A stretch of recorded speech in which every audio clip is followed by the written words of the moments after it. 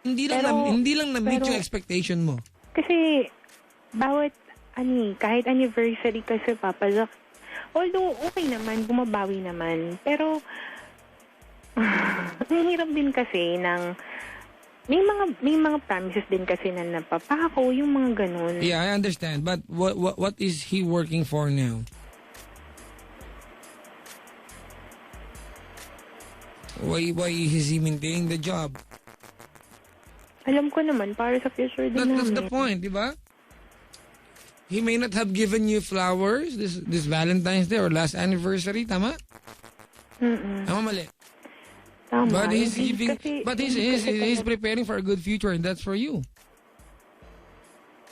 Yes po. And do not make him feel bad for working so hard. Yeah, that's my point. Do not make him feel bad for working so hard. Iba nung mag-shot na kayo, iba nung mag-asawa na kayo ngayon. It gets real pag nag-asawa kayo. Let's be practical. Di ba? Opo. Just to exaggerate natin, pag mag-asawa na kayo, kung dati mabili ng booking, mabili ng sabong panlaban na. Di ba? And you have to appreciate the fact because it's part of your obligation and responsibility. Alright? Hindi ang gusto bigyan ka sa sabong panlaba? Huwag na. Diba? Papa Jack, malaking bagay yung sa mababaw lang kaligayahan namin na hindi maintindihan ng mga lalaki. I'm not trying to say Oo that. nga naman, Papa Joke. Yes, ate, I completely understand you. Pero ayok ibaba yung phone na sinulsulan pa kita. See my point? It might sound tonight na kasi pinatatanggol ka mga lalaki. Hindi, Diba? Papa Pero kausap Pwede kita. Pwede Diba? pong makibati. O sige naman, ikaw kausap ko eh. Kasi Papa Jack, parang, iba nga, totoo yun. Iba yung relationship mo na girlfriend-boyfriend. Iba na pag kinasal na. So, di ba dapat, mas iparamdam mo how you love the person. I mean, pwede ka namang mag-search ng flower. Yun nga, yung sinasabi mong delivery, yung gano'n. What is his job? Company nurse. Company nurse. Okay. And 12 hours yung duty niya, every day. Yung mga tipong, pwede ba injection ng tonight? Ano po? Wala. Of course, ang company nurse, alright, hindi naman maghapon may ginagawa yan. Ano, oras may nahihimatay sa kumpanya. Hindi naman, di ba? He is practically free all day long. Pwede naman kasi siya mag-order, di ba? Kung internet Diba? lang. I know, yung ate, ganun. I know. Don't get me wrong, I completely understand. Alright? Yung nararamdaman mo. You still wanna feel beautiful, magkalayo na, di ba? Pero yung ibaba yung telepono na lalong sumama ang loob mo sa kanya. That's the point. Okay? Okay po. When was the last time na sinabi mo sa kanya, thank you for working so hard sa future natin, for our future? When was the last time? 2 weeks ago. Ano sabi niya? Sabi niya kasi gusto niya ng better future. Okay. Ayaw niya So, mapahiya. how parents. often mo sinasabi sa kanya yan? Be honest to me. often? Be honest. Siguro, Idadisek ko ang pagkatao ng lalaki sa harap mo ngayon. Ano? That was the first. That was the first. See? If you want flowers, guys need appreciation. So don't claim as a trophy na sinabi mo yan sa kanya last week. Because before last week, he is feeling the same thing you're feeling now. Tama? You have to feel bad right now. See, di ba? Kung ano ka mo yung point ko? Hindi namin kailangan ng flowers. But because he is working so hard, you have to appreciate that. And ginawa mo lang yung last week. That's the first time in 6 months. Na-appreciate ko naman everything that he do. Hindi, ate, ganito. Tama, mali. Tama. Ate, hindi ako galit sa'yo. I'm not saying na mali ka, ha? Alright? Ayoko lang iba yung phone that mas masama yung pakiramdam mo. Worse than now, okay? Okay. In 6 months, ngayon mo lang sinabihan na thank you for working that hard. Tama, mali? Yes. Pero sa nakalipas ng 6 months, anong ginawa niya? He married you. Actually, alam mo, Papa Jack, pag nagtatantrums ako, yun ang lagi niyang binabalik sa akin. Ano pa bang problema mo? Ano pa bang kulang? Pinakasalan kita. Hindi mo utang na loob sa kanya na pinakasalan ka niya. But you Sabi have ko to nga, appreciate that. May choice ka naman eh. Pwede ka namang mag-say ng no or pwede ka namang Andrea, do not say that sa asawa mo. Do not make him feel bad because he married you. Mali ba yun? That's foul. Kabastusan yan. Thank you for... Huwag mo sabihin sa kanya yan. Instead of you appreciating the fact that he married you, hindi mo utang loob sa kanya. But you have to appreciate that. Tama mali? Now I know. Thank you. That's foul. Huwag mo nga sabihin, sana di mo ako pinakasalan. Halimbawa, Genie si Papa Jack ngayong gabi. Halimbawa, Genie si Papa Jack ngayong gabi. And I give you one wish. O, ako naman mamili ng wish. Okay, sige. Total, ganyan siya mo sa kanya. Ngayong gabi, babalik yung oras before kanya sabihan na ikakasal kayo. Babawiin ko yung kasal. Would you want that? No. That's the point. So do not make him feel bad because he married you. Okay. What's up, girl? What's up? What's up, man? This is not... Oh my God, man! Ate, normal yan. Ano ka ba? Normal yan. Normal that, di ba, na gusto mo ng flowers this Valentine's Day. You want... Kasi ang Pasko ay panahon ng pagre-regalo ng bagay na mamahalin. Di ba? Cellphone, sapatos, damit. Ang Valentine's Day, panahon ng pagre-regalo ng walang kwenta pero sweet. Sulat, bulaklak na itatapon mo din naman because you prepare not for the gift but for the moment. Di ba? At hindi ka nagkaroon ng moment na yan. Actually, hindi naman ako materialistic eh. Yung ma-feel ko lang na yung, for example, yung spirit ng occasion, yun lang naman.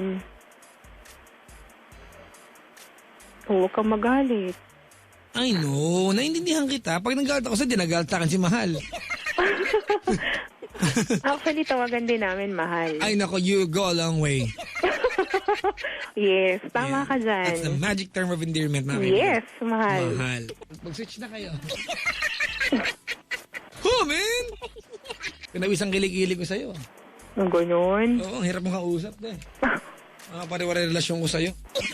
Hindi Di ba nga magtatagal yung mahal na endearment, di ba? Tatagal yan. Ito may ginagawa ko dito. Ano mong ginagawa mo yan? Yung aircon. Dahil pa yung kilikili mo. Oo. Actually, napasaya mo nga ako tonight. Teka lang, amoy ko kilikili ko ha. Ew. May lumang impyerno. Ganun pala yung amoy ng lumang impyerno. Oo, sa kilikili ko. Sa'yo yung bagong impyerno. Okay, oo naman. Actually, thank you kasi napasaya mo ako kanina. Paiyak na ako tapos biglang pagbukas ko ng radio, penicillin. Ay, ano ba yun yung kanina?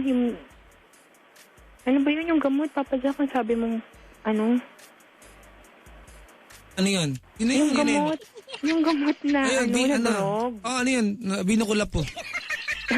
Basta yun, natawa na lang ako. Hindi na ako naiyak. Alright, Andrea. Po. What you're feeling right now, completely normal. Normal yan. Alright? Small things matter. Of course, small things matter. Diba? Oo naman. Pero kasi baka ang mangyari, mag-away kayo dahil dito. This is big deal for you. Diba? So, Pero may mga bagay na big deal sa'yo, hindi big deal sa kanya. May mga bagay na big... mga guys? Ask me again. Ganyan ba talaga kayong mga guys? Eto, sagot ko. Ganyan ba talaga kayong mga girls? Ako una nagtanong. Diba? See? Nakita mo yung point? Kasi may difference kasi, di ba? Ang guys, you have to know your man. You want him to be sweet? 6 months pa lang kayo, di ba? Opo. Then, the good news is you have a lifetime to do that. Yes. Because he committed himself to you. At hindi mo ina-appreciate yun. Last week mo lang ginawa. Oo nga. Okay, tamo. Now you feel bad. Nakakainis ko.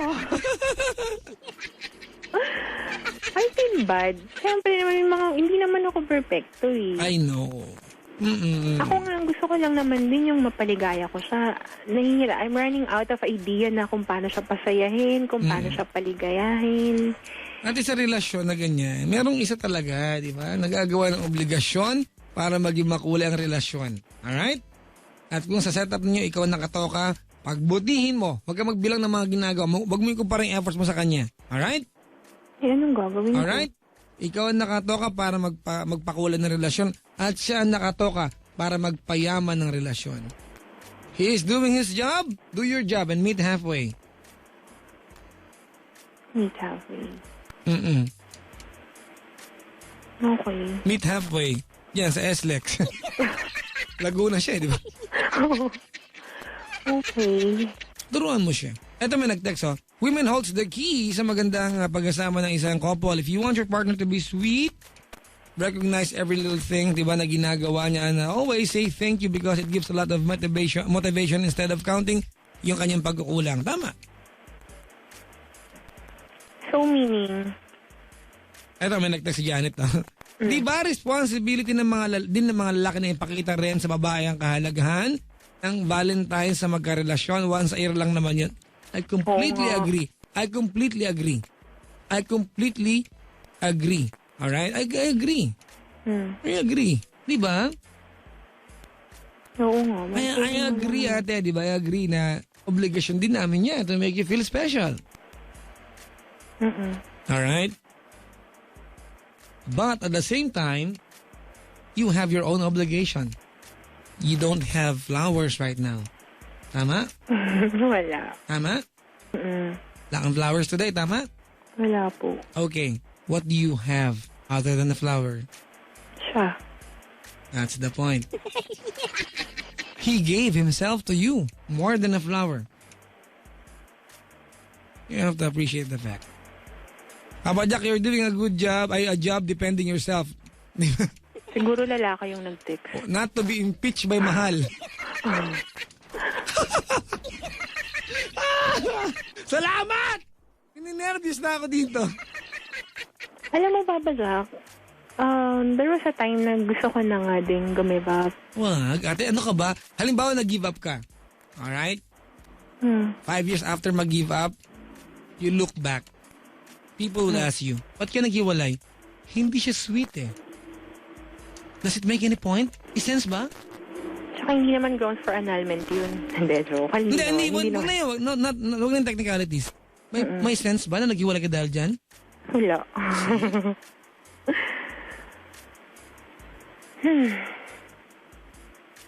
Okay. Papa Jack. Teka, hinahanap ko yung remote ng aircon. Teka lang ha. Ako na. Ang init eh. Nangangamoy pa rin. Oo. Paano yung kilikili? Paano ba to? On, off, fan. Ayan ha. Tapos, mode.